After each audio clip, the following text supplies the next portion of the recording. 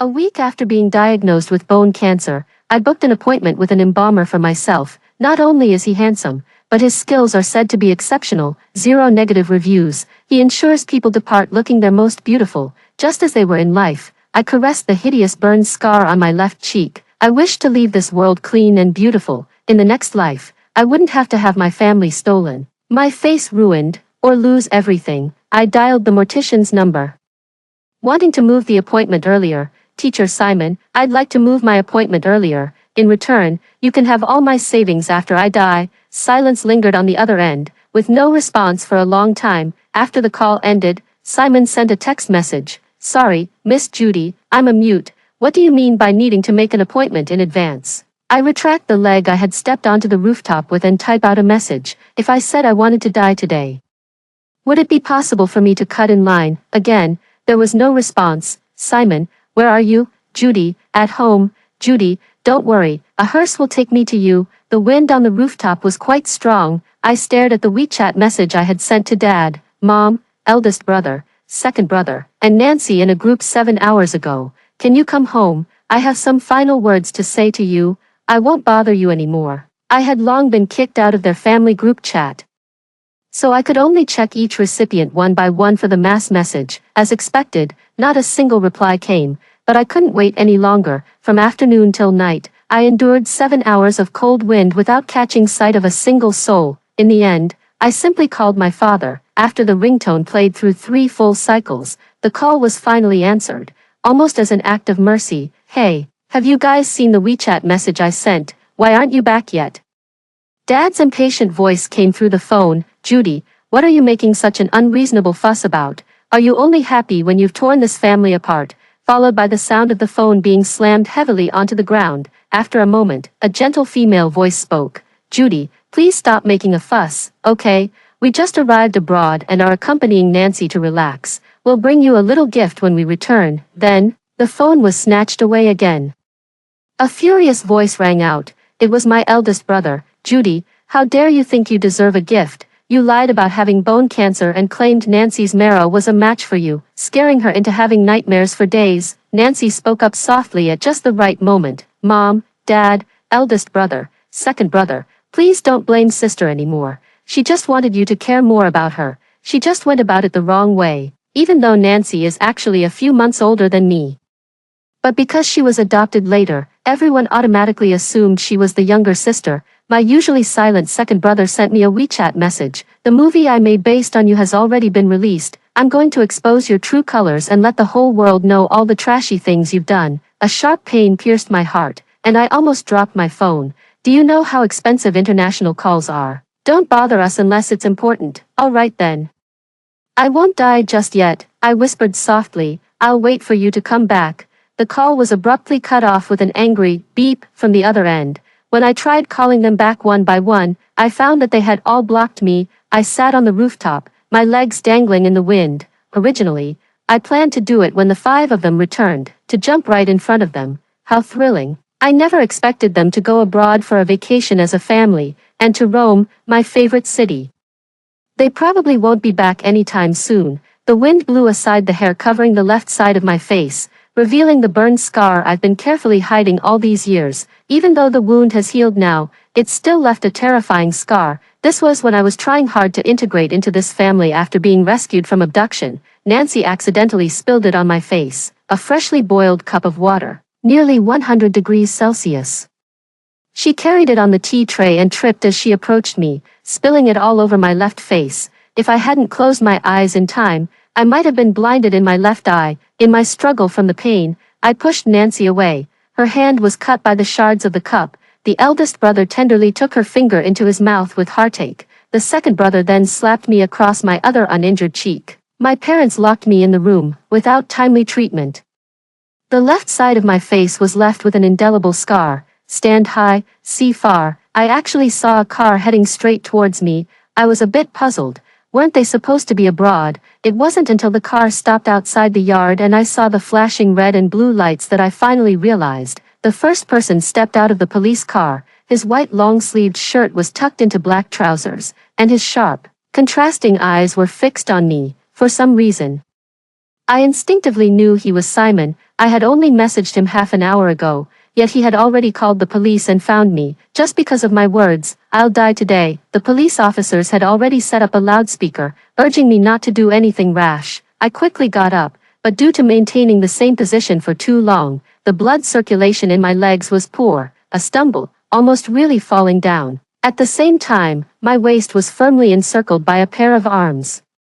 I suddenly turned my head and found Simon, who had somehow come up behind me. The next moment, I was pulled back with great force and fell into his embrace. The police officer patiently advised on the side, "You young couples shouldn't let your emotions get the better of you so easily, resorting to life-threatening actions and wasting police resources." I nodded repeatedly, guiltily admitting to it. Simon gestured with sign language, trying to explain something. But it was caught by the corner of my right eye. I tightly clasped his hands, not wanting any complications. After the police left, Simon quietly looked at me. After a long pause, he took my hand and wrote in my palm, "Don't jump off a building, you'll die ugly, and it'll be hard to fix your face for the funeral." I said, "Teacher Simon, you charge so much, yet you can't even handle such a small thing." He wrote in my palm again, "Don't die, don't lose hope," then added, "I don't have any openings recently." I lifted my face to look at him, just as another gust of wind blew, parting my hair. In Simon's eyes, I saw the reflection of the scar on my left cheek. My breath caught. He saw it. I sighed and smiled bitterly. "You've seen it all, haven't you? That's why I came to you, the best mortician. I don't want to carry this life's regrets and flaws into the next." Probably the police contacted my parents. I'd been unblocked. Perhaps they felt sorry for the international call charges and didn't want to waste them on me. They created a group chat and took turns sending voice messages to denounce me. "Dad, Judy, you little brat. 3 days without a beating and you're already tearing the roof off. Disgracing me all the way to the police station. Judy, Mom, Judy, you were such a well-behaved child when you were little, the most obedient one, Mom.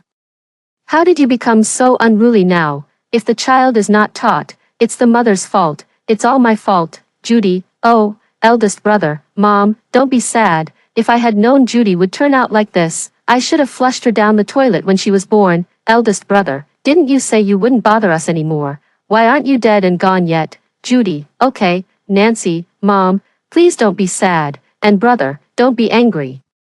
It's all because I stole sister's affection that things turned out this way." Judy, second brother, "Judy, this isn't over." Second brother, "Jumping off a building to kill yourself. Stop fucking pretending. If you love acting so much, why not come act in my crew? There's a beggar role that'd suit you perfectly." Judy, middle finger, JPG. One voice message hadn't even finished playing before the next one popped up. I never thought I'd regain a family group chat in this way.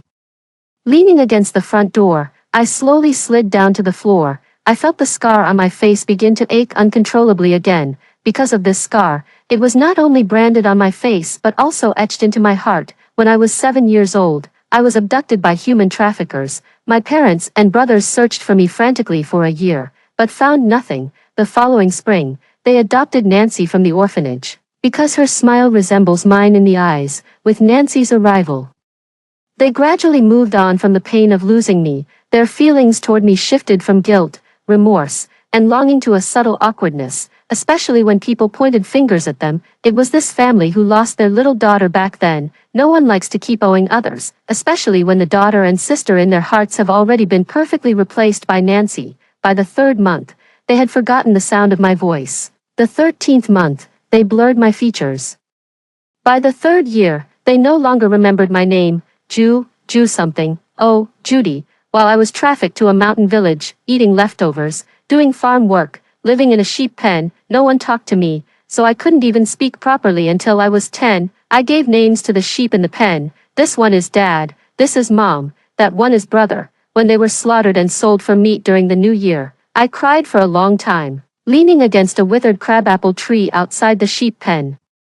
I have endured through long, agonizing times, never daring to forget my own name, always longing to return to my parents and brother. I love you all, I miss you, but what about reality? On the very first day I returned to James's house with joy in my heart. They stood on the 2nd floor balcony, surrounding Nancy like stars encircling the moon, looking down at me with condescension. I felt as if a bucket of cold water had been poured over my head. shivering despite the sweltering heat of midsummer.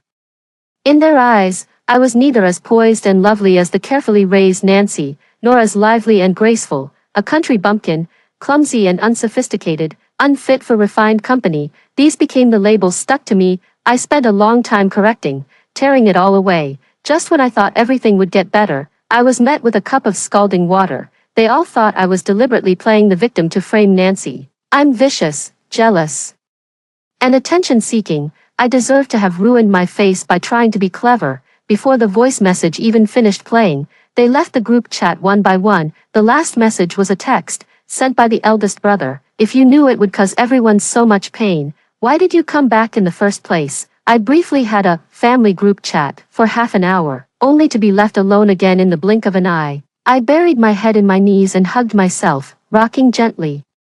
Just like countless sleepless nights in childhood, comforting myself. Suddenly, someone poked my shoulder twice from behind. With tear-filled eyes, I looked up to see Simon, who had turned back. He had heard everything. Simon pressed his lips together, took my hand, and used my tears to write, "I'm sorry." I probably cried even harder. None of them ever said sorry, so why should you apologize? I wiped my tears and said to Simon, "No need to reschedule the reservation earlier." After a pause, I added, "But I need to add 5 more seats." Simon was startled, his hands signing rapidly like a ninja performing hand seals. I wiped away my tears and laughed. "Just kidding, I only have enough money for myself. They wouldn't even give me money for treatment." Convinced that I was vain and deceitful, even the medicine I took was the least effective kind. He wrote on the ground with a branch, "Please don't die." "Okay," I retorted, "if I don't die, how will you get business? How will you make money?"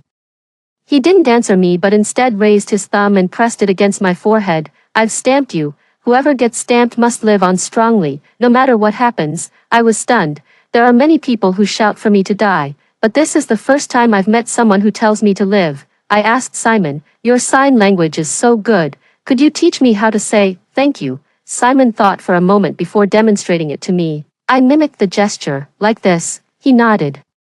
The tips of his ears slightly red. The next day, Simon asked me out for a walk. We ended up browsing the cosmetics counters at the mall. I got excited and said, "I want to pick my own makeup. I don't want to share with others anymore. When the time comes, after all, it's my own choice, so I can use it with peace of mind." Simon tucked my hair behind my ear. The exposed scar startled the sales assistant. I instinctively lowered my head, covering my left cheek. As memories of mockery and hurtful words came rushing back, Simon, however, gently cupped my face as if handling something fragile. He looked into my eyes and finished applying my makeup. I felt his slender fingers brush over my scar, and my eyelashes couldn't help but tremble. Staring at the flawless face in the mirror after makeup, I was lost in thought for a long time. So this was how I was supposed to look. I adjusted my emotions, blinked at Simon, and joked. "So this is what I look like after death.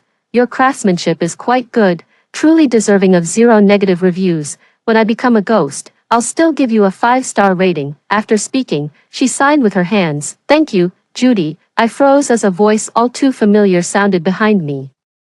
Surprise, hesitation, and a hint of disgust. I turned to see my eldest brother Jack approaching me with a frown. Why was he here? Weren't they still abroad just yesterday? Jack instinctively called out to me just from seeing my back. "Judy, you again." As he got closer and saw my face, Jack froze in shock. Even forgetting what he was about to say, he froze for over 10 seconds before sneering and speaking again. "Judy, didn't you have bone cancer? Weren't you threatening suicide?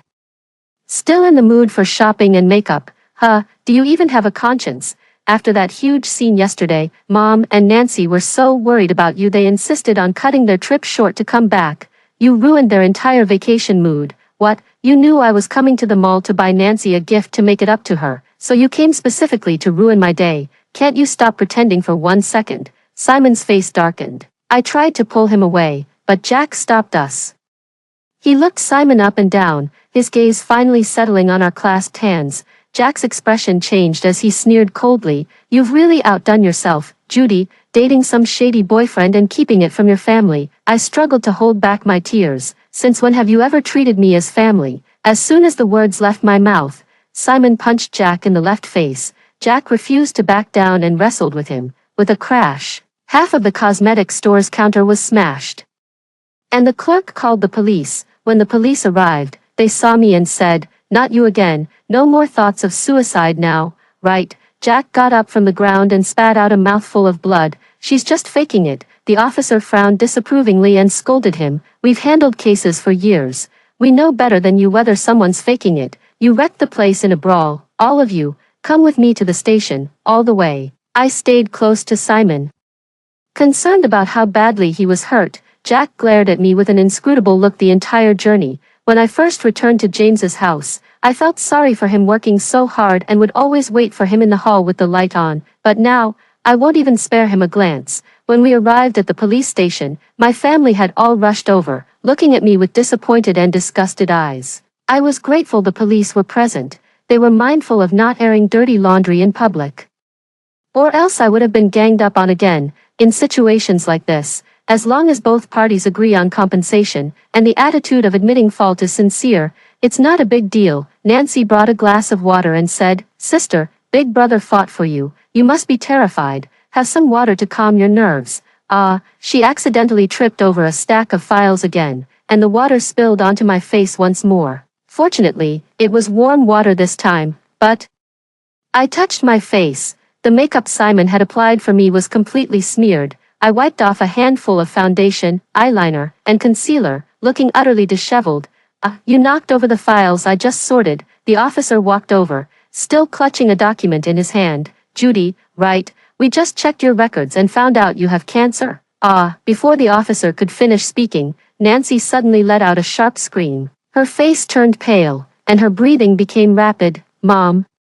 My chest suddenly hurt so much. Mom and Dad, along with my eldest and second brothers, were extremely anxious and immediately drove her to the hospital. In an instant, only Simon and I were left. The minor burns on half of my face couldn't compare to the cuts on Nancy's hand from the broken pieces. My bone cancer is nothing compared to Nancy's chest pain. I felt numb inside, but couldn't help my eyes turning red. Simon walked over and touched my hair. I gestured, "Thank you." But he took my report instead, frowning as I finished reading. I was so shocked that I couldn't snap out of it for a long time. Hey, Simon, it's me who has cancer, not you. Why do you look like you're about to cry?" "I don't want to go home." Simon kept following me, asking if I'd like to go to his place. I smiled with curved eyes. "Sure, thank you." After washing off the remnants of makeup from my face in the shower, I had no clothes to change into and could only put on Simon's shirt. Simon brought me a towel to dry my hair, keeping his eyes down and not daring to look at me, his ears red as he walked away. I had just finished drying half of my hair when the phone rang again. The caller ID showed, "Second brother." It was the famous director, Charles. I pursed my lips and answered the call. "Judy, playing hard to get and not coming home. How can you be so heartless? Nancy isn't feeling well, and you don't even care to ask. Go ahead and die out there. Never come back to this house again." "Fine, then I'll die out here," I replied coldly. The other end froze for a moment, leaving only angry, heavy breathing. "Turn on speakerphone." I raised my voice. "And listen, all of you. It's not that you won't let me come back, it's that I don't want to. Got it? I'm the one who doesn't want you anymore." With that, I hung up the phone. I turned around to see Simon leaning against the doorframe. Unsure how long he'd been listening, I kept my head down, not wanting him to see me, fresh from putting on a brave front, now reduced to tears. So embarrassing. Simon pulled me into his arms and traced words on my back. "Don't cry. Do you want me to beat up your second brother too?" I nodded, then shook my head. "Better not, otherwise he'll write you into his movie as the villain and you'll get cyberbullied." I changed the subject. "Even your summer pajamas are long-sleeved. And you always wear long-sleeved white shirts, aren't you hot?" Simon suddenly tightened his embrace around me. After a long while, he released me and began unbuttoning his pajamas. My pupils dilated in shock, and I quickly covered my eyes. "See no evil, hear no evil." Simon's chest trembled with a tingling sensation. He must have been laughing, yet not a sound escaped him. After taking off his shirt, he pulled my hand and wrote, "Be good, don't be afraid, open your eyes and look at me." I slowly opened my eyes. But what lay before me wasn't the vibrant scene I had imagined. Simon's entire arm and back were covered in scars from burns. Suddenly, I understood why he had valued me so much from the very beginning, insisting on calling the police to find me even when he couldn't speak. I grabbed his hand and trembled as I pressed it against my left cheek. Revealing each other's scars is an act 10,000 times more intimate than embracing or kissing. We are both monsters abandoned by the world. I am a withered, scentless crabapple blossom, and he is a butterfly with wings scorched by flames. I closed my eyes, and a teardrop fell onto his arm. I will never be afraid of you, just as you are not afraid of me. I decided to move out of James's house. When I went back to pack my things, I found all my belongings had been thrown out. It's raining. They spotted me, standing on the second floor balcony just like when we first met, looking down at me from above. Dad spoke up. Well, if it isn't the young miss, didn't you say you'd grown wings and developed a backbone, that you weren't coming back? Mom said. Judy, apologize to Dad and your brother, and come back. Second brother said coldly. Mom, don't be soft-hearted. She doesn't deserve it, Judy. You really are like a stray dog. The rain grew heavier as I stood in it, picking through items one by one, my change of clothes, the clean ones. These I'll take, a family photo. I paused, then skipped past it, the unopened gift my eldest brother gave me, the one I couldn't bear to unwrap. I don't want it anymore. The rain above me suddenly stopped. I looked up. It was Simon, rushing over to hold an umbrella for me. Simon, why is it that every time I see you, it's when I'm at my most disheveled? Nancy, who had been silent until then, spotted Simon, her eyes lighting up as she ran downstairs toward him. Blushing, she asked, "Are you the famous makeup artist Simon from the internet?" As she spoke, Nancy reached out to grab Simon's arm. The next second, she let out a terrified scream.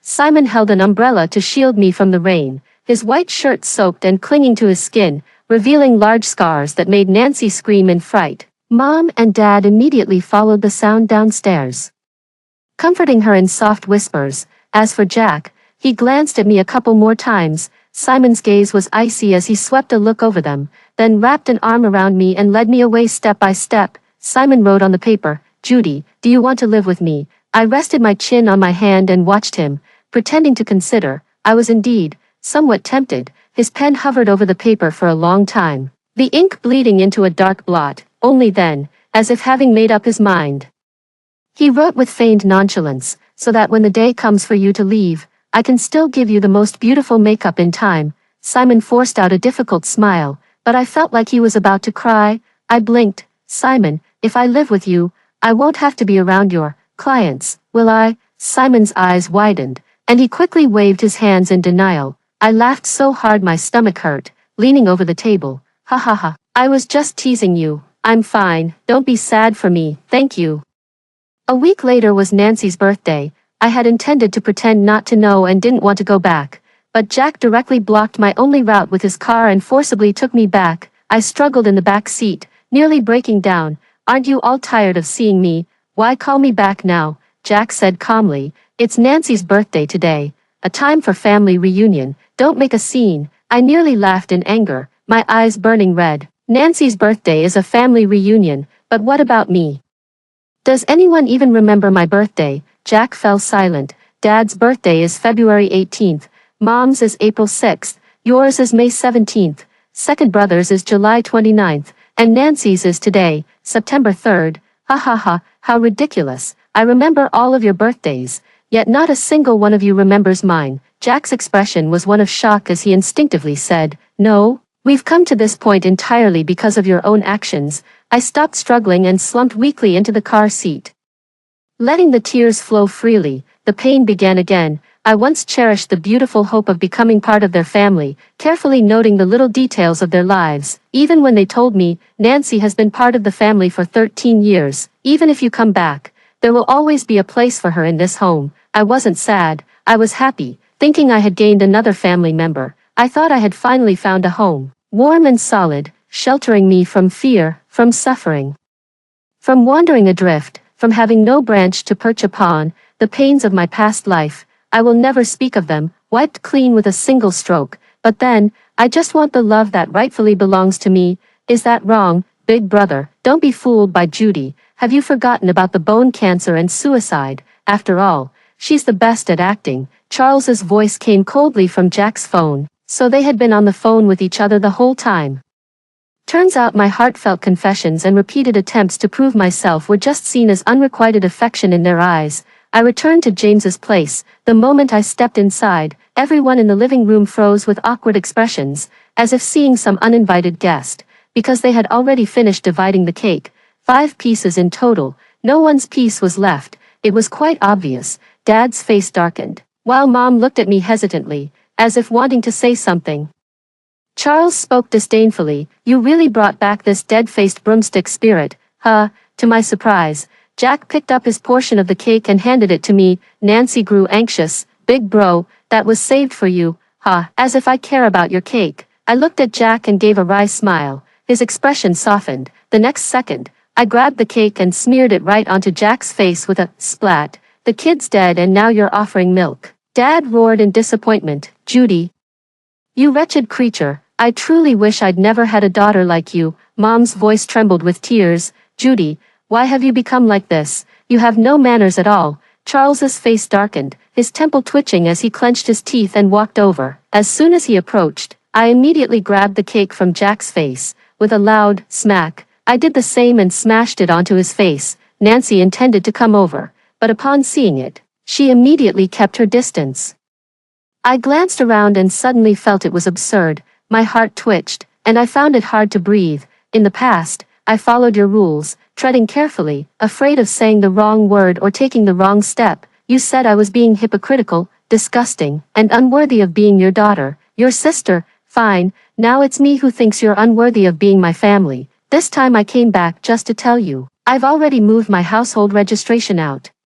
I have my own household register now, and I don't want you anymore." My vision darkened, my face turned as pale as gold paper, and something warm and metallic began to trickle from my nose. Ding dong, the doorbell rang. Charles went to open the door, only to find that it was the same police officer from that day. "To ensure the safety of citizens, I wanted to give you this report at the police station that day, but you left in quite a hurry, with a terminal illness like bone cancer.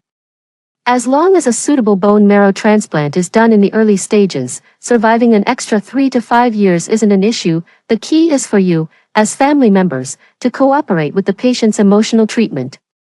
"Impossible." Charles instinctively denied it. Wasn't she acting?" Charles frantically tore open the report, skimming through it rapidly, his face growing paler with each line. Dad, Mom, and eldest brother were also drawn over by this sudden change. Their expressions changed uniformly after reading the report. Nancy ran upstairs and tightly locked the bedroom door from inside. Mom let out a tearful scream. "Judy, how could you really have cancer? Why didn't you tell us?" Saying this, "They tried to come over and support me, didn't I tell you? I told you from the very first day I found out. It's just that you said my report showed no issues, that I was fabricating it, just seeking attention." My blood rushed to my head, and the next second, everything went black as I completely lost consciousness. I woke up in the hospital. 5 people were gathered around the hospital bed. I couldn't be bothered to deal with them, so I glanced around but didn't see Simon anywhere. Nancy bit her lip and only spoke after being pushed by Jack. "Sis, I'm sorry, I was the one who altered your cancer diagnosis report." My expression remained indifferent. "I'm not your sister." I'd wanted to say that for a long time. Charles had dark circles under his eyes. "Judy, little sister." Nancy was indeed in the wrong this time, but we are still family after all. I frowned in displeasure. "Who's your little sister?" "Ugh, now you remember we share the same blood." I paused. "Charles, when you changed the villain's name in your movie to mine and subtly encouraged your fans to cyberbully me, did you ever think of me as your sister then?" Charles showed a pained expression and closed his eyes briefly. "I'm sorry, little sister, I'll make it up to you. I'll issue a public apology to society immediately." I was so angry I almost laughed. "Your fans dug up my social media accounts, hurled insults at me, subjected me to all kinds of humiliation, and sent me bloody images, and you think a simple apology can just make it all go away? Also, Charles, even now, don't you have anything to say about my disfigurement?" Charles and Nancy's expressions changed simultaneously. Charles is a very famous director. He often sets up cameras at home to gather inspiration and material. Coincidentally, it was the day Nancy splashed hot water on me. The camera in the living room facing Charles malfunctioned. He put away the videotape and, along with the others, accused me of being jealous, deliberately competing with Nancy for attention. Even because Nancy scratched her hand, he slapped my other unharmed cheek. Charles finally abandoned his so-called principles, his legs buckling as he heavily knelt before my hospital bed. I looked at him with a cold gaze. Charles, do you really know what repentance means? Charles, Nancy, you, Mom let out a disbelieving cry of grief, unable to imagine that her two proud children could do such a thing. She looked at me with sorrowful eyes. Judy, it's my fault for not taking good care of you. I should have cared for you more after you came back. You're my own daughter, after all. I wanted to sneer, but couldn't help the tears welling up in my eyes. It's too late, Mom, I'm already dying. She covered her face with her hands and sobbed bitterly over my hospital bed. I quietly moved aside and locked eyes with my father, who had been silently smoking, noticing his nearly empty pack of cigarettes. I frowned. Why have you smoked so much? Dad suddenly got excited, stubbed out his cigarette, and reached for my hand. Judy, it was Dad's fault before. It's so great. You're still Dad's good girl, right? In the past, whenever I saw Dad smoking, I would gently try to dissuade him, only to be met with his cold stare. I kindly reminded him, didn't you say you'd rather not have given birth to a troublemaker like me, as you wished? I've already moved my household registration out. Now I have my own household register. Dad's eyes turned red, clearly struggling to hold back his grief. Judy, it was Dad's mistake. Please move your household registration back. We've always been a family. I'm utterly exhausted. Press the caregiver call button by the bed. These people are smoking in my ward. Get them all out. The caregiver was at a standoff with them, arguing loudly. At that moment, Simon walked in. He couldn't speak, couldn't stand by my side to speak for me. He could only cover my ears, to prevent me from hearing those morally manipulative, self-righteous confessions. After James' family was wheeled out of the ward, the world finally became quiet. I asked Simon, where did you go just now? Simon's eyes flickered as he wrote, go for a bone marrow match. My vocal cord removal surgery was also done at this hospital. He wrote again, there are some things you can't say, but I can say them for you. I'm so useless, I can't even help you talk back.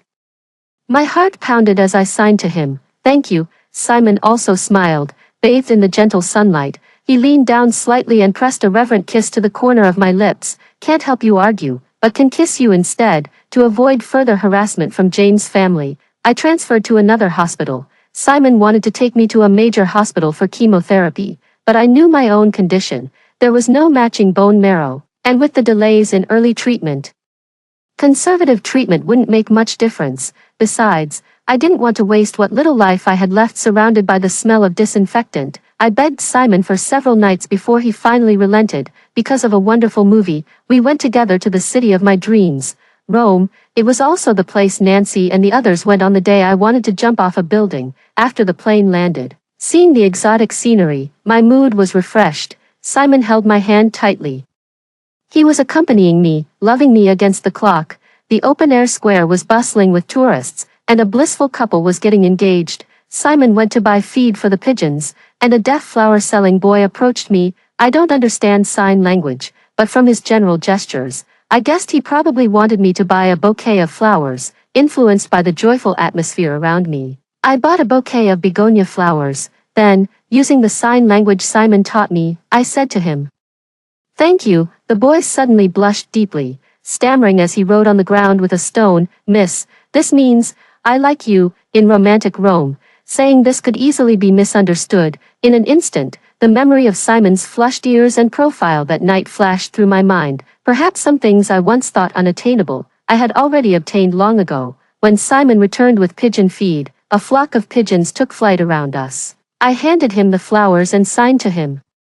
I like you. Simon smiled with crinkled eyes and signed it back to me. Then I leaned close to his ear and whispered softly, I like you too. Simon's face flushed red instantly as our lips drew closer and closer.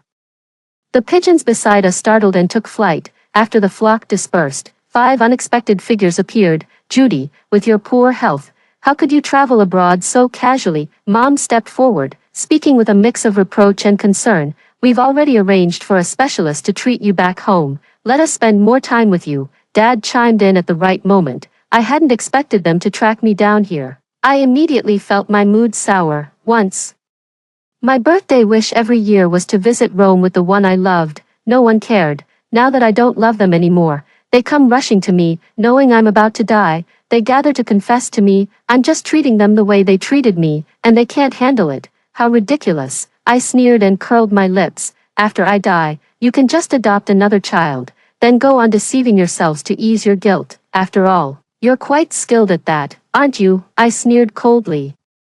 No need to come disgust me any further, because I will never forgive you. Mother finally couldn't bear it anymore and burst into loud sobs. Jack and Charles grabbed Nancy, wanting to say something to me, but were blocked by Simon. Father started smoking cigarette after cigarette again, but this time he wasn't so lucky. He had a taste of foreign hospitality because of a carelessly discarded cigarette butt. Simon and I bought the fastest flight tickets back home, after fainting yet again.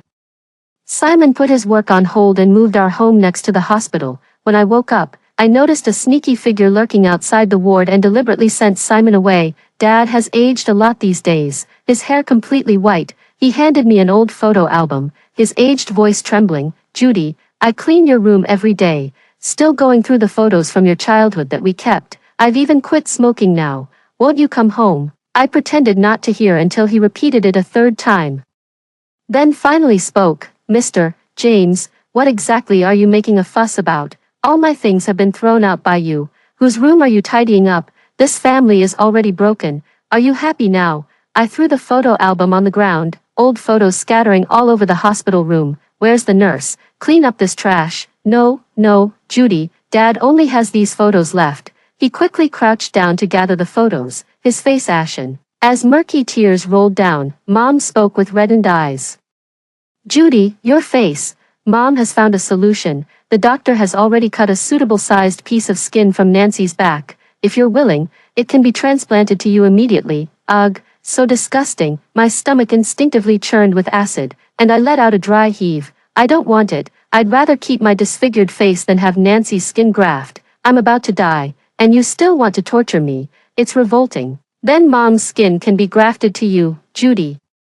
Let Mom make it up to you properly. Mom will definitely find a way. I dodged her outstretched arms. No, I don't deserve this. Charles, with half his face bandaged, gazed at me gloomily. Little sister, I can finally understand how much pain you were in back then. He handed me the newspaper, where a news item was deliberately circled in red. Renowned director Charles abruptly pulls his blockbuster film from theaters without reason, angers investors, faces bankruptcy crisis. He gave a pale smile. I've already recorded an apology interview. I'll clear your name. Charles then handed me a film master tape as he spoke. These days, I've poured all my energy into making this film. It's about a pair of siblings, and I've named it Atonement. He looked at me with hopeful eyes. This is a film dedicated to you, just for us. Without even glancing at it, I snapped the master tape in half and threw it out the window. No. Charles's eyes widened in horror as he rushed downstairs to pick it up. I will definitely fix it, I swear. I'll make sure you see my sincerity and forgive me. Beside them, Jack fell to his knees with a heavy thud. Little sister, your brother remembers your birthday now, and I'll never forget it for the rest of my life. Jack's eyes were red as he rolled up his sleeve, revealing a fresh tattoo. My birthday. I was genuinely disgusted, grabbing the ashtray from the nightstand. I hurled it straight at him. Jack, do you really think I'll live to see another birthday? Jack didn't dodge. He took the hit without flinching. Sister, you can vent your anger however you like, as long as you're willing to call me Big Brother one more time. I'd even give you my life. Blood dripped from Jack's face onto the ground, and suddenly I laughed. Jack, didn't you want to hear me call you brother? Lick it clean. Jack's face stiffened. I chuckled to myself. Nancy's hand got cut. What did you do then? Do the same now. Jack's expression shifted several times, his gaze conflicted as he looked at me. Can you really call me brother one more time? Stop the nonsense. Watching Jack clean up the blood droplets on the floor, I cheerfully reminded him. Jack, I forgot to tell you, the cleaning lady was rinsing the mop in the toilet this morning to save time. Ugh. Jack rushed out of the ward, vomiting. See? So-called remorse, so-called guilt. How nauseating. How utterly meaningless. And standing at the hospital room door was Simon, who had been there for who knows how long. Sigh. I let out a deep breath. You saw everything, didn't you, Simon? I lifted my face, struggling to hold back the tears welling up in my eyes. I am not the pristine, flawless victim you imagine needing salvation. Perhaps you think I should forgive them, but I have my own fangs, and given the chance, I will retaliate fiercely, the day I jumped. I didn't actually want to die in front of them to make them regret. Instead, I thought, like bowling, I'd take them all down with me. If you're going to leave me, on your way out, just close the ward door for me. After speaking, I closed my eyes and burrowed into the blanket as if to escape. After a long silence, footsteps gradually faded into the distance. Click, it was the sound of the hospital room door closing. Tears streamed down my face as I once again experienced the feeling of being abandoned by the entire world. Just like when I was 7 years old, how could a scentless crabapple flower ever hope to attract the favor of butterflies? The next second, someone pulled my blanket away. A pair of strong arms lifted me from where I had curled into a ball and held me tightly in an embrace. Simon gently patted my back. As if comforting a child, my dazed expression must have looked quite silly. Because Simon couldn't help but laugh after one glance. Didn't you leave? I immediately regretted saying it. Clearly Simon had just gone to close the door, wanting nothing more than a hug. Simon tapped my nose and wrote, "Don't be afraid, Judy, don't be afraid. You did the right thing. No one has the right to forgive them on your behalf. Not even your past self. No one raised you, yet you've raised yourself wonderfully, smart, strong, and brave. You yearn for love, yet can walk away without hesitation when you realize that love is trash." Simon stroked my hair and said, "Our Judy is so wonderful." I froze in place. No one had ever said these things to me before. These words brimming with loving energy made me want to cry even more than when I'd been wronged. Simon took my hand and traced words across my palm. "The only thing I regret is not meeting you sooner, not teaching you earlier how to bravely resist and how to love yourself." Simon told me his vocal cords were removed due to a fire 10 years ago. His first clients as a mortician were his own parents. They were having a meal at a restaurant when the fire broke out, caused by the chef's improper operation. He was pinned under a beam, and his parents died trying to save him when a gas tank exploded. In agony, he cried out, "Dad, Mom." But flying sparks choked his throat, leaving him unable to speak ever again. Yet later, that chef actually said he had elderly parents and young children to support, begging me to write a letter of forgiveness. Some onlookers actually advised me, saying the chef had it tough too. I hired the best lawyer, and to this day, he's still locked up in prison. Judy, not forgiving is our right. Simon and I went to take our wedding photos. They can serve as keepsakes. He personally did my makeup. After the photographer finished shooting, he rented another set of equipment and a venue to take a set of wedding photos that belonged only to us, capturing our wounds, undefended before each other. That set of photos was shot with great artistry. I had my back to the camera while he held me from the opposite side. Our scars were hidden beyond the lens, yet so close within each other's breath. It felt like we were healing each other. I happily set it as my screensaver.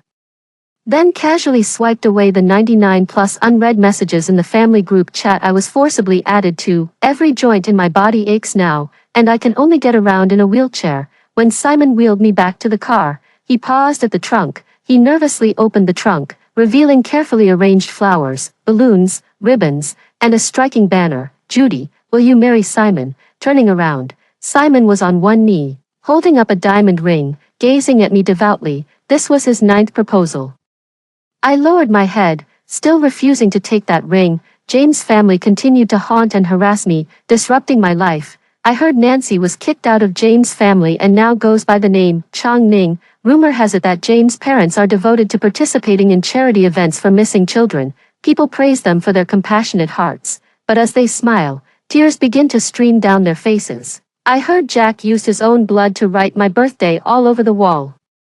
I heard Charles's film, Atonement, won multiple awards, but he broke down in tears on the podium. Anyway, these people and things that have nothing to do with me, I no longer care. Simon hired bodyguards for me, since they can't get close. They just watch me from afar. Things I once mentioned wanting would always appear at the door from time to time. A teddy bear plushie, amusement park tickets, a crystal hairband, a cream cake, and a copy of Anna Karenina. Happy families are all alike. Every unhappy family is unhappy in its own way. I told Simon to throw them all away. The following spring, the crabapple tree we planted in the yard bloomed. This is the first time it has bloomed since being transplanted from the mountain village. Due to chemotherapy and worsening illness, my weight dropped drastically, leaving my chin sharp and making my eyes appear even larger. Simon plucked the begonia flower and tucked it behind my ear. On the way to the Civil Affairs Bureau, I kept asking him, "Aren't you regretting it? Are you sure you want to marry someone who's about to die?" Simon repeatedly and firmly signed to me, "I like you," with the stamp of a bright red seal. Judy and Simon's names were placed side by side. Holding the marriage certificate, I stared blankly at the photo of the two of us leaning together. I finally have a home. James's family was stopped by bodyguards in the distance, weeping uncontrollably. They too realized that this was likely the last time we would see each other. At last, they understood my resolve. There was no turning back. On the way back, my spirits were strangely high. I asked Simon to take me to the square with the pigeons. The springtime pigeons were lazy, pecking at breadcrumbs half-heartedly. Simon crouched in front of my wheelchair and draped his coat over me. I suddenly spoke up. "You know what, Simon? I can only leave half of my ashes to you." Simon's hand paused. I gazed at him tenderly and longingly. I was always determined to hire someone to scatter all my ashes, leaving no attachments behind. But then I met you. You appeared in my life like a miracle, the freedom and love I never dared to dream of before. I now have them all. So, I can only leave half of my ashes to you. For love, the other half must be scattered into the sea. To chase the freedom I've desperately sought for over 20 years but never found. Simon trembled, choking on his sobs. Even in his grief, he couldn't utter a cry, only the trapped, animal-like rasping in his throat. Tears fell onto my skirt, only to vanish in an instant. I feel increasingly drowsy and want to have a good sleep. So, with my last bit of strength, I raised my thumb, brushed past his reddened eyes, and pressed it onto Simon's forehead. "Simon, we've sealed it now. Those who are sealed must live on strongly." The crabapple blossom by my ear fell to the ground. Simon trembled all over. His teeth clenched tightly, exerting all his strength. "Jew, Jew," no second sound could escape. "I am a scentless crabapple flower, battered by wind and rain, destined to bloom in solitude all my life. Yet in the midst of my fall, I attracted the most beautiful butterfly, but that couldn't halt my descent. Sleep peacefully, little Judy. This time, no one will disturb you again." After hearing the first story above, what are your thoughts? Feel free to share your opinions in the comments section. Next, there is another similar story. Let's continue to see. I woke up to find I'd gone from being the heiress of the wealthiest family to a child of the poor. My parents claimed I'd been switched at birth and sent me into the mountains. I was treated like livestock, enduring endless humiliation and abuse, until 2 years later, when my billionaire parents suddenly reappeared. They congratulated me on passing the heir trial. Turns out, the hardships I endured these past 2 years were just a live-streamed test of nobility for the entire nation to watch. My parents laughed, the netizens laughed, but I had a mental breakdown and committed suicide on the spot. When I opened my eyes again, I had somehow returned to the day I was sent to the countryside. There was a mix-up at the hospital back then. "You're not our daughter," with just those casual words from my parents. The bond we'd shared for over 20 years was severed in an instant. In the morning, I was still in a villa in the city's most luxurious district, but by afternoon, I found myself exiled to an unfamiliar mountain village. My parents held the pitiful Chen Shui in their arms. "You've suffered all these years. From now on, Mom and Dad won't let you endure any more hardship." Tears welled up in Chen Shui's eyes as she appeared utterly wronged. I stood frozen, watching my parents usher Chen Shui into the car, unable to believe they had just abandoned me like that. I screamed my lungs out for Mom and Dad. They didn't even spare me a glance, leaving only the stench of car exhaust behind. No sooner had they left than my so-called biological brother Chen Yang slapped me across the face. "Still think you're the spoiled little princess. No one here is going to indulge you." He said Chen's parents had long passed away, and as the eldest brother, he was like a father to him. From now on, I must wholeheartedly serve him. My face burned with pain, and I said unwillingly, "I don't believe my parents would just abandon me like this, and I can't possibly stay in these mountains forever." Upon hearing this, Chen Yang's face darkened, and he sneered, "You don't have a say in this." I curled up on the haystack in the woodshed, not a single patch of skin left unbruised. Chen Yang's belt lashed across my back again and again. The pain was so intense I could barely breathe. Covered in wounds, I was locked up for several more days and nights, with hunger and pain devouring all my willpower. And so, Chen Yang tamed me through violence. Every day here was worse than death. Such disgusting food made by a bitch. "Are you trying to poison me?" Chen Yang dumped the rice over my head, forcing me to lick the scraps off the concrete floor. "Working so slow, you useless waste." He kicked me in the chest and lashed me with the cattle whip. You've even starved the pigs. From now on, you'll eat their slop. The smell of pig feed mixed with hay made me retch, but I had to endure until the perfect moment to escape arrived. Finally, one day, Chen Yang was called away to help with something. Seeing the unlocked gate in the courtyard, I knew the moment had come. I sprinted along the rugged mountain path. My feet were torn to shreds, and flying stones gashed my calves. I didn't dare stop. Staying any longer would only mean death by Chen Yang's torment. I don't know how long I had been running through the forest when my vision went dark, and I suddenly fell into a large pit. A bear trap inside snapped shut on my calf. I couldn't suppress a loud scream. The bleeding wouldn't stop. I know, it's over. Sure enough, it didn't take long for Chen Yang to find me with a group of people. His face was twisted with anger, and his vicious gaze fell upon me. I knew that even more painful torment was about to begin, but I never expected that after Chen Yang took the opportunity to break my leg, he would actually violate me. In that dark woodshed, tears streaming down my face. Why, aren't I your own sister? How could you do this to me? Chen Yang let out a mocking sneer, not pausing his actions for even a second. Only then did I realize that Chen Yang was a complete and utter beast. Devoid of even a shred of conscience, I screamed in utter agony. Struggling incessantly, Chen Yang covered my mouth and beat me to within an inch of my life. After that, I became obedient. My whole being was like an empty shell, as if my soul had left my body. My leg was crippled, forcing me to limp while working in the fields. One eye was gouged out, yet I still had to cook for Chen Yang, feed the pigs and chickens. My body was covered in bruises, black and blue. Chen Yang thought I had resigned myself to fate. Actually, no. I just want to survive long enough to ask my parents in person, why did you disregard over 20 years of family bonds?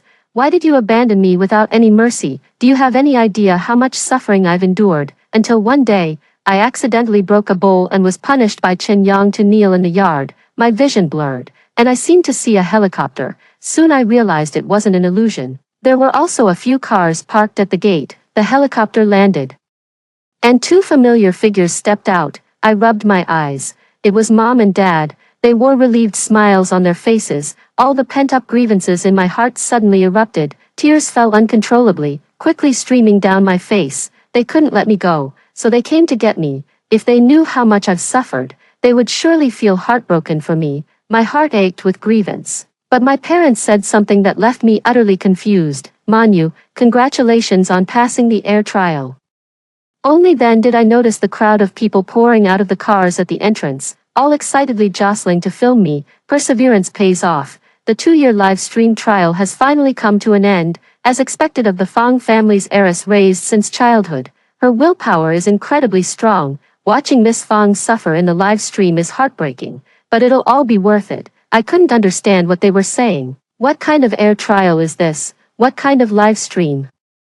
A terrifying suspicion took shape in my mind. My body, which had been sweating from the heat, suddenly grew cold. I had dreamed so many times of my mother holding me in her arms, but now the thought made me nauseous. 2 years of suffering shattered my bones and nearly crushed my will to live. It was only the faint hope in my parents that kept me going until now. Yet now I'm told, all this suffering was orchestrated by my own parents. They filled this place with miniature cameras.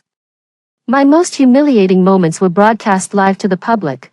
They took pleasure in my suffering. They fed on my misery. I saw my father being interviewed, saying my performance met his expectations. I saw Chen Shui's jealous face and Chen Yang's sinister sneer. I watched as my mother patted my head with satisfaction, yet without a trace of pity. I smiled bitterly. The last glimmer of hope in my heart vanished into thin air. Amidst the confusion of the crowd, I stumbled and staggered toward the distant steep cliff.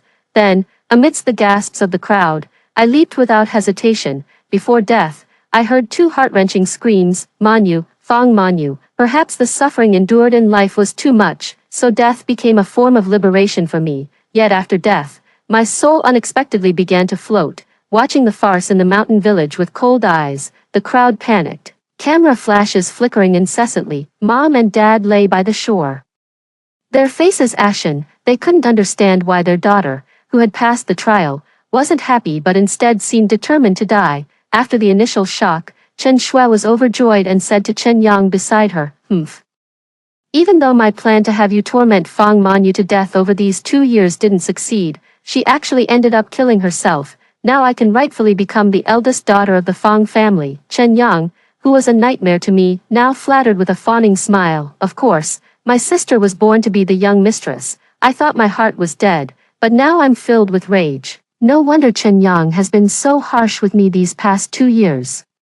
So he and Chen Shui had planned all along to leave me to die in that mountain village, turning this charade into reality. How dare they treat me like this? After wiping away their tears, my parents quickly regained their usual dignified demeanor. Father said, Fang Manyu's temperament is too poor, which deeply disappoints me. She is unworthy of being the heir of the Fang family. Mother wrapped her arm around Chen Shui's shoulder and declared, from now on, Chen Shui is officially our daughter of the Fang family. The swift change in their expressions sent a chill down one's spine. After they left by helicopter, the reporters on the ground looked at each other in bewilderment. Miss Fang is truly a pity. Even if Miss Fang is dead, what right does Chen Shui have? Perhaps 2 years together have fostered some feelings. I think it's because the Fang family is currently the target of public criticism.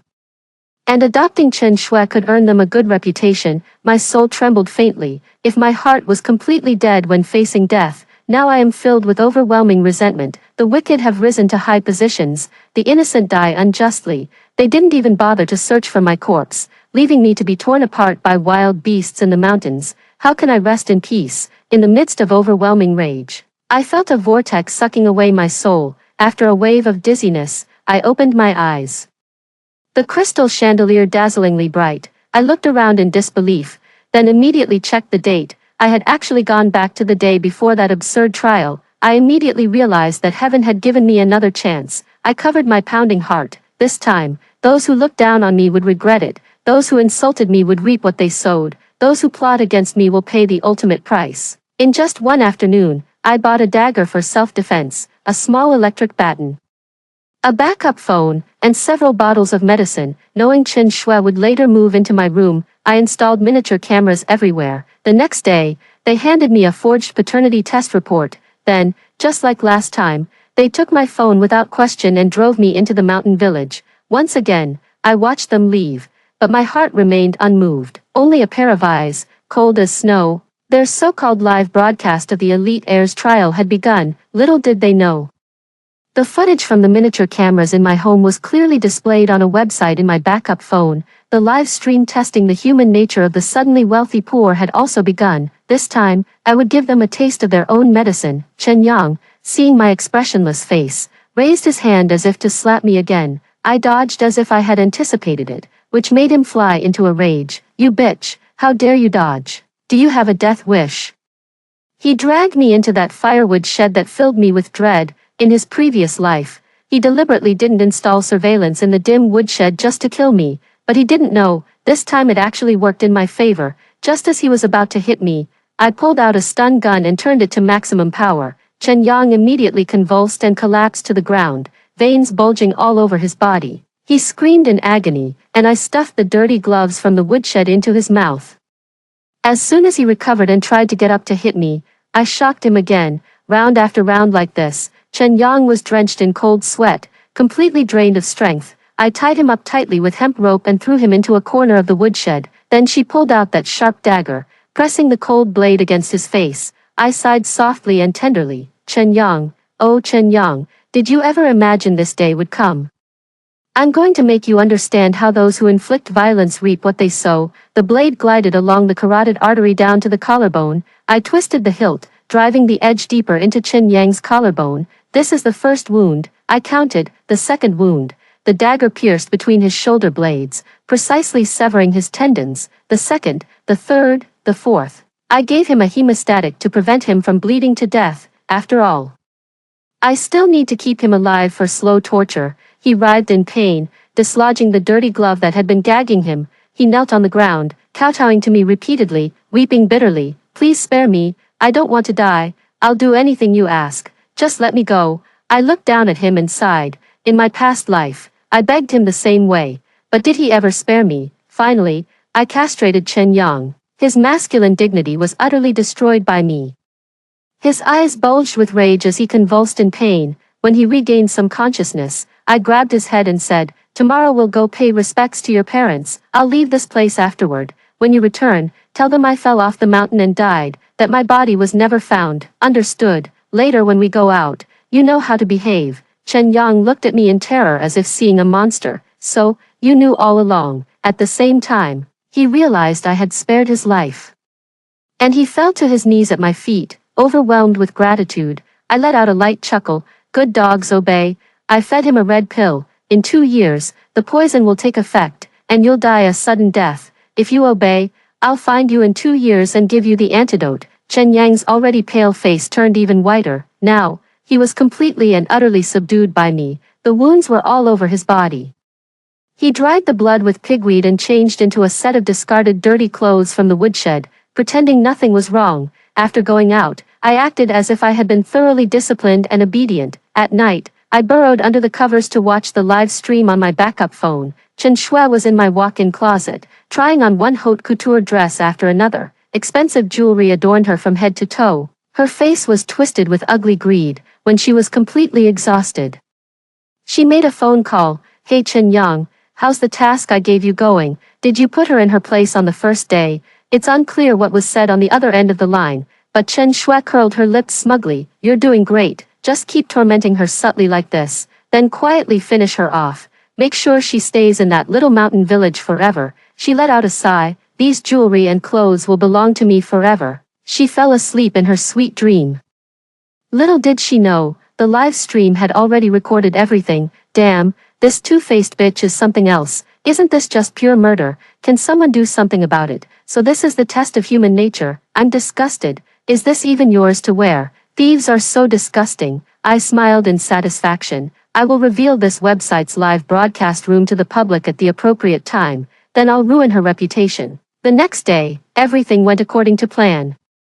Chen Yang took me to pay respects to his parents, but I quietly slipped away on the way. Before leaving, Chen Yang knelt before me, clutching my leg. Ancestral grandmother, you must not forget to give me the antidote in 2 years. I nodded with a cold smile. There was no way I could obtain a poison that would take effect after 2 years in just half a day.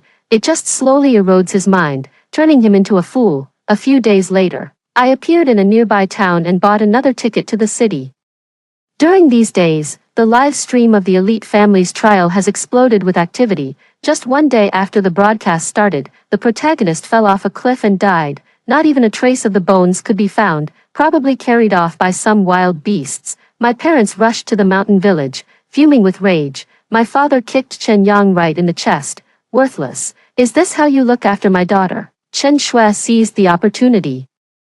Gently embracing my mother with feigned tenderness, Auntie, please accept my condolences. Miss Fang wouldn't want to see you grieving like this from beyond. Yet behind their backs, she shot Chen Yang a smug glance. She thought it was Chen Yang who deliberately pushed me off the cliff. Chen Yang hung his head, cowering and not daring to look at her. With that, the trial came to an end, but my revenge had only just begun. I changed my name to Ji Chu and withdrew 30 million from my own account.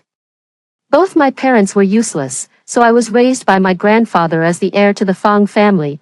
I started taking over parts of the family corporation in my teens. With exceptional talent and relentless effort, I developed top-tier financial acumen and management expertise. Everyone said the Fang Group would reach its peak under my leadership, but as soon as Grandpa passed away, my parents started acting up. They actually subjected me to some so-called heir training for the wealthy family.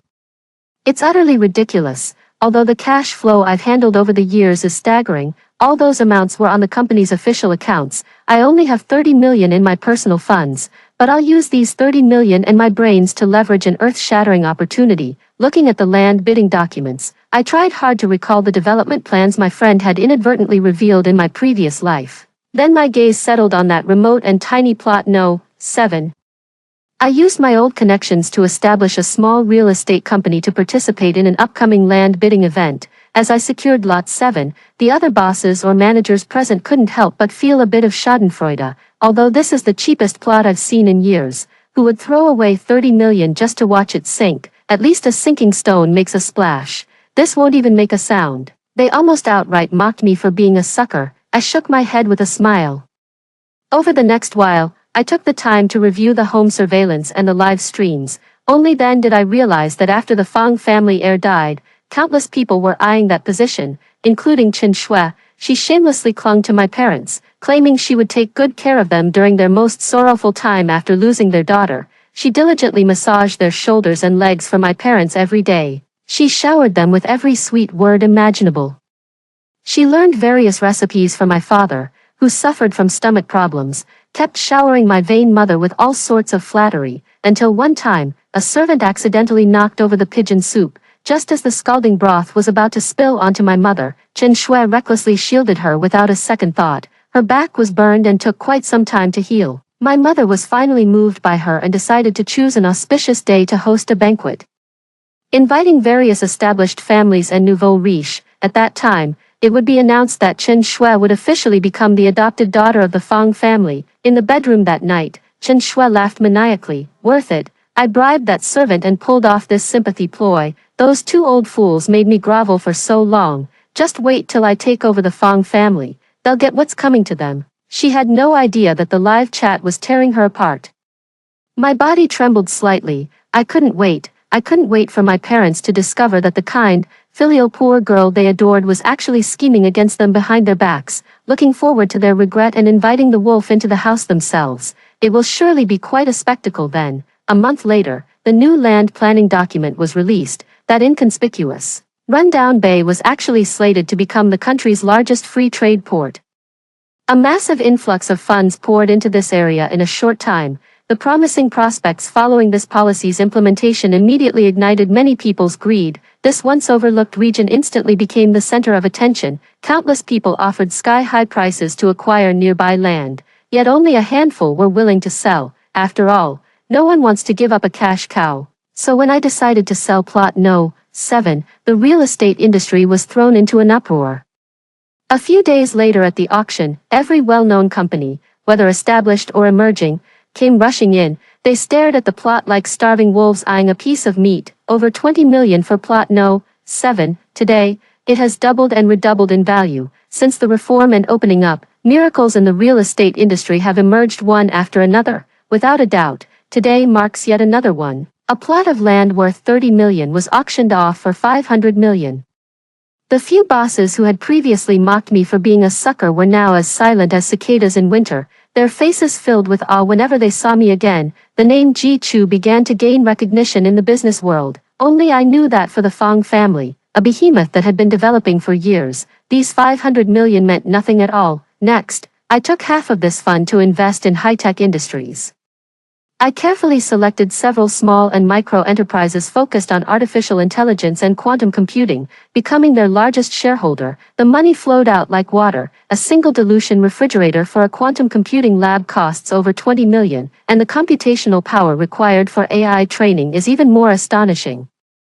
But I know, what they give back to me will be even more astonishing. With the other half of the funds, I established a pharmaceutical company. I will completely overthrow the Fang family in the pharmaceutical industry, their proudest domain. The connections and resources I've accumulated are now coming into play. Most of my trusted associates from the Fang group have switched to my side, and the major clients I previously contacted are willing to give our collaboration a try. Benchu Biotech began to quietly rise. When President Fang heard the news, he dismissed it with indifference. What Jichu, what Benchu Biotech? They won't amount to anything. At the same time, the Fang family announced at the grand banquet that they would adopt Chen Shui as their foster daughter. Chen Shui was dressed in the haute couture I once loved most, her proudly raised neck adorned with the dazzling heart of the ocean. The guests couldn't help but marvel. Mr. and Mrs. Fang are truly kind-hearted, and their precious daughter is gentle and pure. President Fang modestly waved his hand, while Mrs. Fang, even more pleased, took Chen Shui's hand. A heartwarming scene of a happy family of three. Little did they know, the first wave I stirred up was about to arrive. The waiter I bribed went backstage and inserted the USB drive I provided into the computer, on the LED screen at the banquet. A live stream titled, "The Test of Humanity After a Mountain Girl Strikes It Rich," suddenly appeared. Starting from the moment Chen Shui moved into the grand villa, replays of the live stream unfolded before the guests' eyes. Chen Shui colluded with Chen Yang to plot the death of the true Fang family heiress in the mountains. Chen Shui covered the bed with money, shamelessly sleeping on piles of cash, her ugly behavior fully exposed. Chen Shui bullied the servants, scratching their faces with porcelain shards. Chen Shui claimed she would kill the Fang couple after inheriting the Fang family. The live stream chat records were also sharp. This couple is as stupid as pigs, inviting a wolf into their home without realizing it, and still gloating about it, truly mistaking a viper for a rabbit, blind as a bat. The guests now fell silent, none daring to look at the utterly livid expressions of the Fang couple. Mr. Fang, furious, smashed the wine glass in his hand and roared at the staff to turn off the screen, his face dark with rage. Mrs. Fang had already pushed Chen Shui aside, trembling with anger. Chen Shui's face turned deathly pale as she kept insisting that someone was framing her, claiming the live stream was fake. Madame Fang slapped her across the face. She finally trembled into silence. The Fang family's reputation was utterly ruined at this banquet. The Fang family had just adopted Chen Shui as their foster daughter when a scandal broke out. Mr. Fang, who valued his reputation above all else, was so furious that he couldn't eat for an entire day. He threw the bowl and chopsticks in his hand at Chen Shui, who was kneeling on the ground. I never expected your ambition to be so great. Killing my daughter wasn't enough. Now you want to kill us both. Chen Shui trembled in fear. After her furious outburst, Mrs.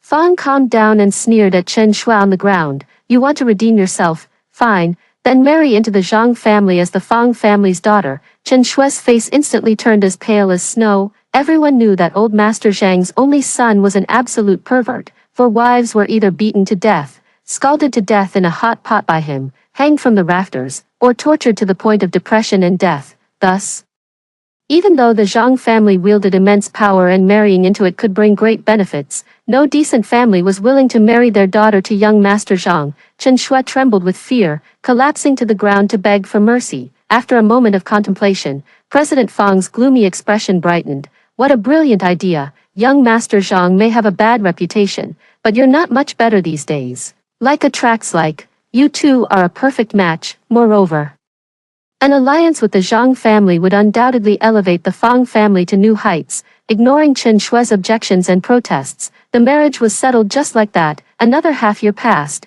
The high-tech companies I invested in grew rapidly, quickly rolling out commercial deployments, with their market values surpassing 10 billion. Meanwhile, Benchu Biotech, after poaching several employees from the Fang group, faced repeated targeting. Then, a team finally delivered good news.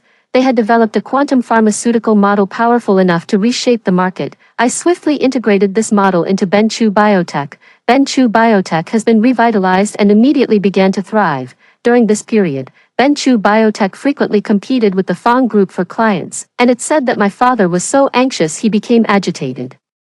A newly established small company dares to go head-to-head with the Fang group, truly doesn't know its place. And this Ji Chu, what gives you the right to compete with me? My father is truly thick-headed, failing to realize that any industry caught in the tide of the times can soar to new heights when paired with high technology. Those who remain stagnant will inevitably be left behind. Even a behemoth like the Fang group. Mr. Fang grew desperate and hastily married Chen Shui off, hoping the Zhang family would lend him a helping hand. Unexpectedly, on their wedding night, Chen Shui, unable to endure the torment, smashed young Master Zhang's head with an ashtray. In the hospital, Mrs. Fang gritted her teeth and slapped Chen Shui repeatedly from both sides. Poor Chen Shui, already covered in wounds, was now being slapped as well. She sobbed uncontrollably. You don't know how he tortured me. He locked me in a cage with a Tibetan mastiff. I almost died. I'm your daughter.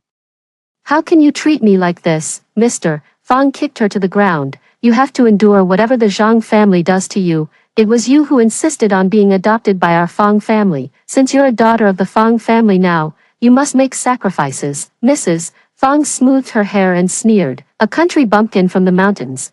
The life you have today is something you could never have dreamed of in your entire life. Only then did Chen Shui realize that the Fang family was a monstrous predator. Everything that fate has bestowed, everything has its price, secretly marked long ago. After Zhang Shao regained consciousness, he vented his anger on Chen Shui once more, finally resolving the dispute. When leaving the hospital, he dragged Chen Shui by her hair into the car, as if Chen Shui were not a living, breathing person, just a livestock that can be scolded and beaten at will. 1 year later, Benchu Biotech, which has deep cooperation with the hard tech company I control, has gained great fame in the industry. The medical robot and the 2 projects of innovative drugs and cell gene therapy have shaken the market. Within this year, I aggressively intercepted clients of the Fang Group, even poaching their core researchers and high-quality management personnel by offering double their salaries. This was considered disgraceful within the industry, but I was determined to bring down the Fang Group by any means necessary. Initially, the Fang Group sought help from the Zhang family, but Benchu's increasingly overwhelming power made it impossible for them to resist. The Fang Group has reached the end of its rope. It's said that Chen Shui, who married into the Zhang family, once managed to escape. After being caught and brought back, she was immediately hung in the basement for a full day and night, only to be let down when she was on the verge of death. Hearing this, I felt an uncanny sense of familiarity. Isn't this the exact scene where Chen Yang tormented me in my past life? Chen Shui, oh Chen Shui, you can't blame anyone else. It's all the consequences of your own actions, until she became pregnant. The physical beatings seemed to lessen on the surface, but the psychological humiliation became even more unbearable for her. Once again, the newly recruited researchers by Fang Corporation were poached by Benchu, and the Fang couple finally couldn't sit still any longer. They invited the original Mr. G, that is, me, to a meal, likely to ask me to go easy on them. I smirked coldly and had my assistant reply, Mr. G is swamped with work and has no time to deal with you. The assistant even spat disdainfully and called them beggars before leaving. The always high and mighty Mr. and Mrs. Fang had never suffered such humiliation before. Their faces turned as ugly as if they'd swallowed flies. Mr. Fang said bitterly, this Mr. G, relying on his reputation as a financial genius, is actually so arrogant and condescending. Little did he know, the financial genius he spoke of was none other than his own disappointing daughter, Fang Manyu. Even though they hated Mr. G to the core, they still had to bow and scrape, begging me to let them off the hook. At a dinner gathering, my parents somehow got wind of my whereabouts and actually ambushed me at the restaurant entrance. Luckily, my assistant was sharp-eyed, and I quickly pulled out a mask to cover my face. Ignoring their desperate pleas, I got into the car and drove away without looking back. Before leaving, I could still hear my mom's puzzled voice. Why does President G look so familiar? My dad was furious. If only you knew her, she could crush the Fang Group with just a finger now. For the next few weeks, it seemed these two were determined to camp out at the foot of my building, blocking my way from morning till night. I was utterly fed up and informed them that I had a dinner appointment the next day. The implication was to give them one last chance to talk, but on one condition: they had to bring Chen Shui along, though they couldn't quite understand why. Meeting me seemed to excite them immensely, and they immediately began preparing gifts. I recalled all the hardships from my past life. From childhood to adulthood, I never received my parents' affection. I once thought it was because, as the heir to the Fang family, I needed to be independent and strong, but only after death did I realize they never loved me at all. This time, let's bring an end to the karma of these 2 lifetimes. The next day, while I was chatting and laughing with other bosses at a dinner gathering, my assistant informed me that the Fang couple had arrived at the entrance. With my head lowered, I heard my father's fawning voice ring in my ears. President G, we're truly honored by your presence. This is just a small token of our respect.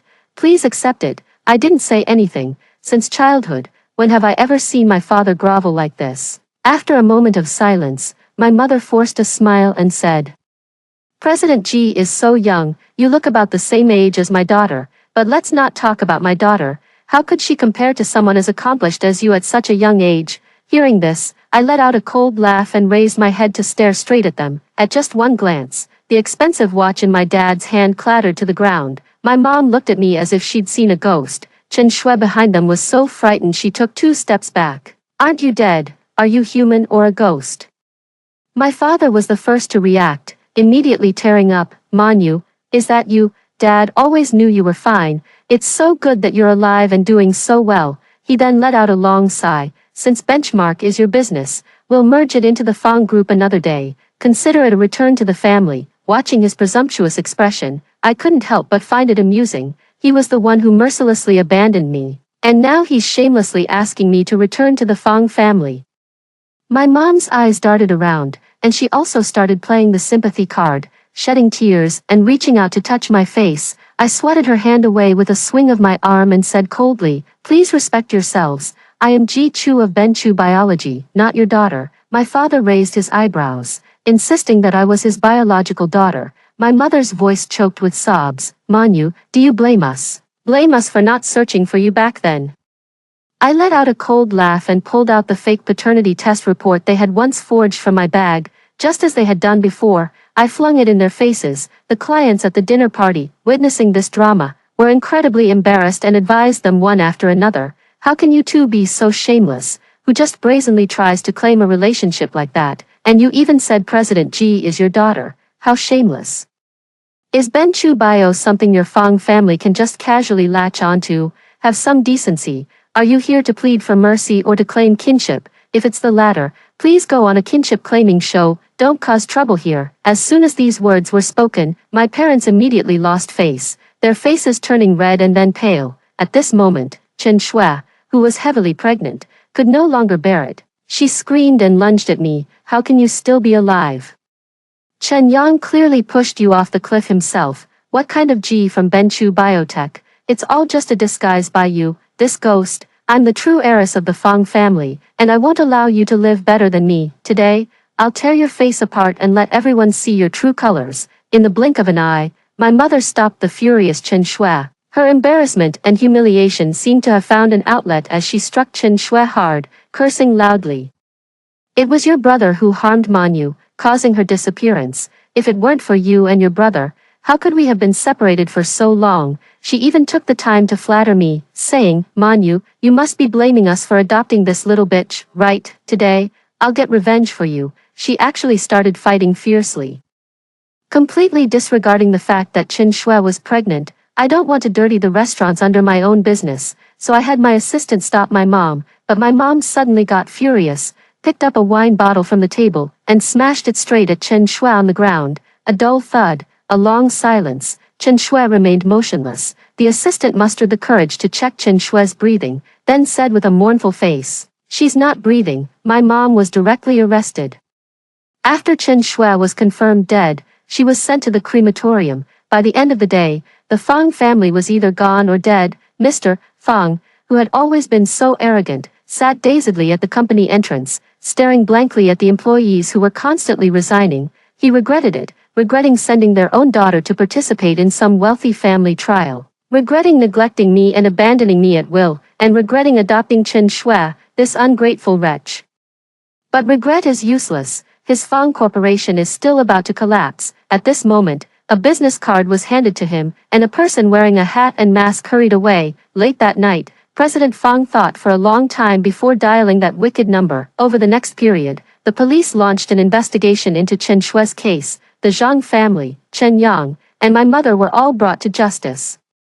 The Zhang family had initially hoped to use their connections to escape punishment as they had done before, but with my current influence, I was able to render all their connections useless. Young Master Zhang had no choice but to face legal consequences. Chen Yang from the mountains was also arrested. It was discovered that he had previously been involved in human trafficking and had a prior record of rape. To the police's surprise, Chen Yang had somehow become disabled. However, he had already been drugged unconscious by the medicine I fed him and could only be locked away in a mental institution. A few weeks later, the day of my mother's trial arrived. This woman, who had always meticulously styled her hair in curls, now wore the garb of a criminal defendant, utterly disheveled, her sallow face marked by deep dark circles under her eyes. She was sentenced to life imprisonment for murder. Before being taken away, my dad excitedly leaned in close to her. "Don't worry.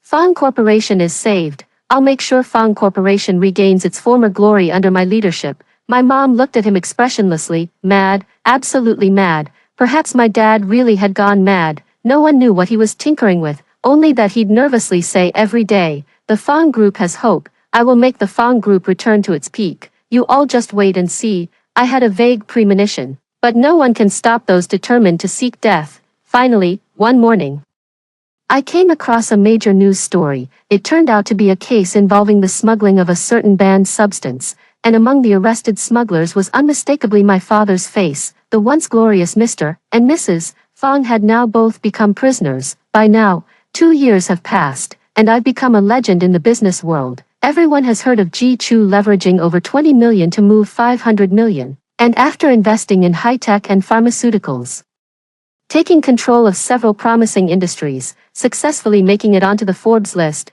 One afternoon, I went to the prison for a visit, seeing my father and then my mother. I smiled and said, "What a pity, you didn't pass the 2-year parental trial." They could no longer maintain their cold expressions, clutching the visitation window and crying bitterly as they said, "We're sorry, Manu, we were wrong." After hearing the 2 stories above, what are your thoughts? Feel free to share your opinions in the comments section, looking forward to hearing from you. If you liked this story, don't forget to like it, share it, and subscribe to my channel. See you next time.